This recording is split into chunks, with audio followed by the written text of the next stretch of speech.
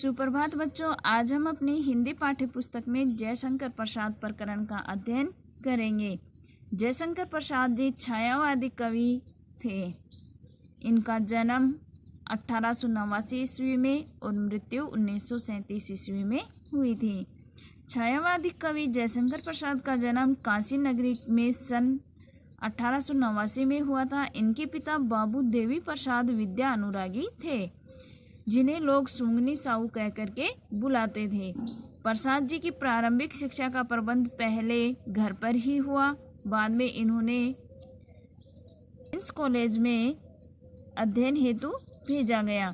अल्प आयु में ही अपनी मेधा से इन्होंने संस्कृत, हिंदी, उर्दू, फारसी और अंग्रेजी का अच्छा ज्ञान प्राप्त कर लिया था। बचपन से ही इनकी रुचि साहित्य की ओर थी। इंदु नामक मासिक पत्रिका में इन्होंने संपादन किया। साहित्य जगत में इन्हें वहीं से पहचान मिली। काव्य रचना के साथ साथ नाटक, उपन्यास एवं कहानी विधा में भी इन्होंने अपना कौशल दिखाया। इनकी प्रमुख रचनाएं निम्नलिखित हैं। इनके काव्य हैं आंसू, लहर, झरना, कामायनी, प्रेम पथिक और चित्रधारा। नाटक दूरबस्वामिनी, विशाखा, राज्यश्री, अजातशत्रु, स्कंदगुप्त, चंद्रगुप्त और एक घूंट। उपन्यास कंकाल, तितली, इरावती। जो इरावती उपन्यास है इनका, ये अपूर्ण उपन्यास है, आधा लिखा हुआ ही है। कहानी आकाशदीप, प्रतिध्वनि, पुरस्कार, गुंडा, आंधी, छाया, इंद्रजाल। निबंध है इनके काव्य कला तथा अन्य निबंध। प्रसाद जी की प्रतिभा बहुमुखी है, किंतु साहित्य के क्षेत्र में कवि एवं नाटककार के रूप में इनकी ख्याति विशेष है। छायावादी कवियों में ये अग्रणीय है। कामायनी इनका अन्यतम काव्य ग्रंथ है, जिसकी तुलना संसार के श्रेष्ठ काव्यों में से की जा सकती है। सत्यम शिवम सुंदरम का जीता जागता रूप प्रसाद के काव्य में मिलता है। मानव सौंदर्य के साथ साथ इन्होंने प्राकृतिक सौंदर्य का सजीव एवं मौलिक वर्णन किया है। इन्होंने ब्रजभाषा एवं खड़ी बोली दोनों का ही प्रयोग किया है। इनकी भाषा संस्कृत निष्ठ है। 15 नवंबर 1937 ईस्वी को हिंदी साहित्य का यह अमर कवि सदा के लिए इस संसार से विदा हो गया, अर्थात इनका निधन हो गया। पाठ परिचय है।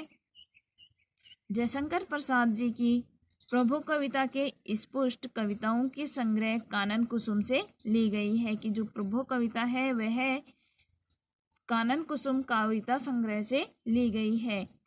ईश्वर की स्तुति करते हुए कवि ने उसकी सर्वव्यापकता, सौंदर्य और शक्तिमत्ता का गुणगान किया है। कवि को प्रकृति के प्रत्येक उपादान में ईश्वर के अनंत प्रसार दृष्टिगत होता है। चंद्र किरणें ईश्वरीय प्रकाश को व्यक्त करती हैं। सागर की उताल तरंगे उसकी स्तुति करती हैं। चंद्रिका उसकी मुस्कान को तथा नदियों का कलकल निनाद उसके आह्लाद को व्यक्त करता है। वस्तुतः प्रकृति के सौंदर्य और प्रेम से युक्त भव्य रूप को प्रकाशित करने वाला ईश्वर ही है। ईश्वर की कृपा होने पर ही मनुष्य के समस्त मनोरथ पूर्ण होते हैं।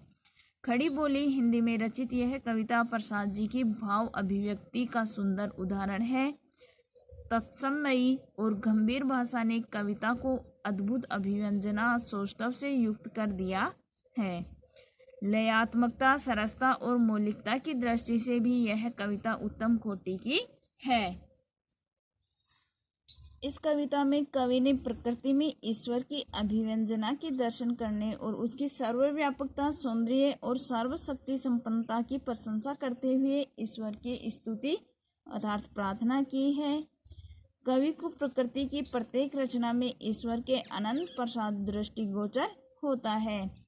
प्रकृति के असीम सौंदर्य और प्रेम में भव्य रूप को निखारने वाला ईश्वर ही है और ईश्वर की कृपा होने से ही मनुष्य की सभी कामनाएं पूर्ण होती हैं का वर्णन किया है।